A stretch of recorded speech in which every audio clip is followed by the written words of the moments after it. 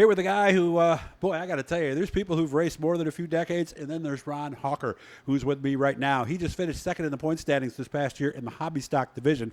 He started racing in 1974 in the, what did they call it? It was the street stock? Was it a youth division? Yeah, it was a youth street stock division. It was for 14 and 18-year-olds. You name it, various forms of stock cars over the year, everything from the old V8 Enduros and Weedsport. And, of course, his grandfather won a race at Brewerton back in 1953, so he's a third-generation racer, 65 years old today.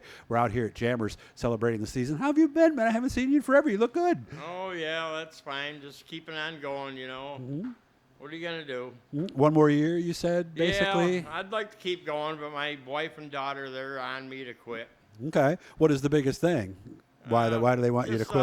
Running against all these young guys today, you know, and can't find people to help you work on the car no more. That's what I've heard. That's the biggest thing over the last 20 years that has changed, huh? You know, it ain't like the old backyard garage working on your car. Now these guys got big money behind them. It's not the same. Well, look at 1974, for example, and I know I worked at Canandaigua for a while. They had, expert, novice, and something like that. Yeah, I ran all that. Yeah, because multiple people would drive the same car. That was your situation, right? Oh, yeah. How did that work? Well, because he had somebody, my father even raced. Used to have two cars back then, and my father ran one car, and I ran a car. We used to haul them all the way to Canandaigua. Well, you told me one time you were at Weedsport. Well, you didn't have a trailer or something? You had to race at Rolling Wheels? Yeah, I worked on the car, Wheatsport, and ended up didn't have a trailer, so I drove it to Rolling Wheels on the road, on the back roads to get the Rolling Wheels to race the next Friday. When was this, if you had to take a guess? 70s, 80s, 90s? Probably in the early 70s. Early 70s. But even then, you had to be careful, because if they would have saw you driving down the main drag, they would have pulled you over, right? Oh, yeah. You can't drive this thing out the street, Ronnie. What are you thinking, right? Yeah. So you probably had to be pretty nervous, right? Oh, yeah. That's a good story. I didn't think about it then, you know. If anything, they just tell you don't do it again. How much further you have to go, different time period. A lot of difference 30, 40 years ago than today. Well, let's talk about the different eras, because like in 74, I didn't meet you. I think I met you maybe 91, 92, somewhere around there, because I remember you told me more than half your wins were at Utica Rome. I think that's where I actually met you. What's the biggest, let's go back to, say, the 70s. Was that almost just a car that you took the windows down, pretty much put a cage in, and you went racing? Yeah, back then I think I had Bushbacker back then. He put a roll cage in for me, a 67 Chevy Impala. It had like a 283 with a power glide, and he just knocked the windows out, gutted the car, put a cage in it, and street tires, and you went out and had fun. Yeah, and what did you tell me that thing cost you? $65 or something like that? Yeah, And you're going racing at $65 later. Plus, I don't know what the roll cage cost me back then, but.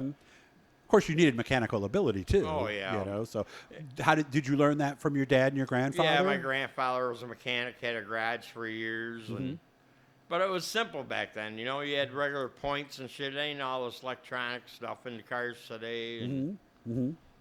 Well, and the other thing too. I mean, you were 14.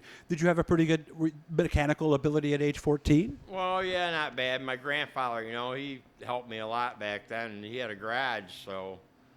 Yeah, it made a lot of difference. He had people behind you, but now today you got to try to find somebody to help you. That's true. Now, did you work at the garage? No, I was too young then, but I pumped gas for them. Oh, you did? Okay. So they had the old-fashioned filling station. Oh, yeah, I started pumping gas when I was probably 12 years old. Now, were you still cleaning windshields and checking oil then? Yeah, all that stuff back then. You used to have the bell and people drove in. And Yep. If you guys have seen the scene from Back to the Future, remember that scene in there? And he's looking at it like, what are they doing? All these people are rushing out. But that, and now let's flash forward a little bit later. So one of the things I always thought was some of the best racing around were those V8 Enduros that they had in Weedsport in the 90s. They were the best times. Were those much different than those cars you drove in the mid-70s? No, they're all pretty much the same. It was just a stock car, really, that you got off the road, and you had a valve job done on the heads or something. Okay. And, and they ran 40 laps and no cautions. We used to have 35, 40 cars. I remember that. Back then. It was cheap to run. Now, today, it's just getting out of hand. Yeah. Well, and the other thing, too, is I think a lot of times, because I worked at Weedsport, I actually drove one of those Enduros, 1999. I think you were out there that day when I did that. Probably. A lot of times, those were the best races of the night, weren't they? Oh, yeah. Yeah, the worst race I had there was me and Marcacelli when we were coming out of before, and he got on the outside of me and got me sideways, and I flipped the car, and I was on the Wide World Sports. Barrel rolled the car all the way down to the starter stand. Got some national attention, huh? Yeah, to the flagman there, Farney. Yeah. Was he the first one to you? Oh, yeah, he was right down there. I got out of the car, and I took the motor and tranny out and junked it. There you go. So at least they had saved a couple things. You know? So let's compare that to what you're driving today, because these hobby stocks today are not pure stocks. They're not really pro stocks. They're kind of a hybrid, aren't they? Nah, they're really. My car's an old street stock. They just changed the class, you know. They want to, more or less to me, they want backwards. You know, we used to have 358s.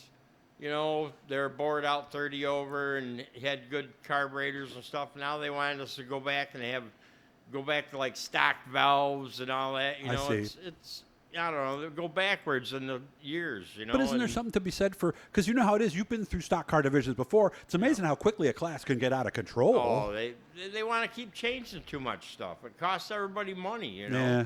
Instead of keeping everything the same, you know, they want you to change this, change that, and it ain't really helping you. Yeah, like when somebody told me years ago, it doesn't save me any money if it forces me to take one set of heads off the car, put it on the shelf, and put another one on. Yep, yeah. You know, that's about it. That is it. So, you're still having fun though? Oh yeah, that's why I keep doing it. It's just one night a week. You know, I used to race 3 nights a week. I remember that. Friday, Saturday, sometimes and Sunday. Oh yeah, and the county fairs. Yeah. Oh yeah, you go to the special shows. You know, probably one of the couple biggest races. I won the 100 lapper down to Black Rock one year. Yeah. It was the World 100, and then I won a big 50 lapper up to Evans Mills one year. But probably the biggest thing is I think Utica. You know, I raced 4 or 5 years. I won 4 championships down there, and I think 2 or 3 championships at Fulton, and I just liked Utica was nice. Yeah. It was wide open, and you know, it was just more fun down there. I get that.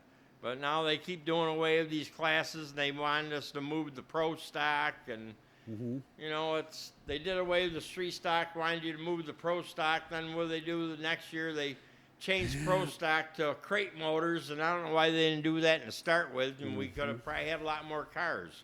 There's still a lot of guys I know that have cars in their garage and their backyard, but it's just too much money today.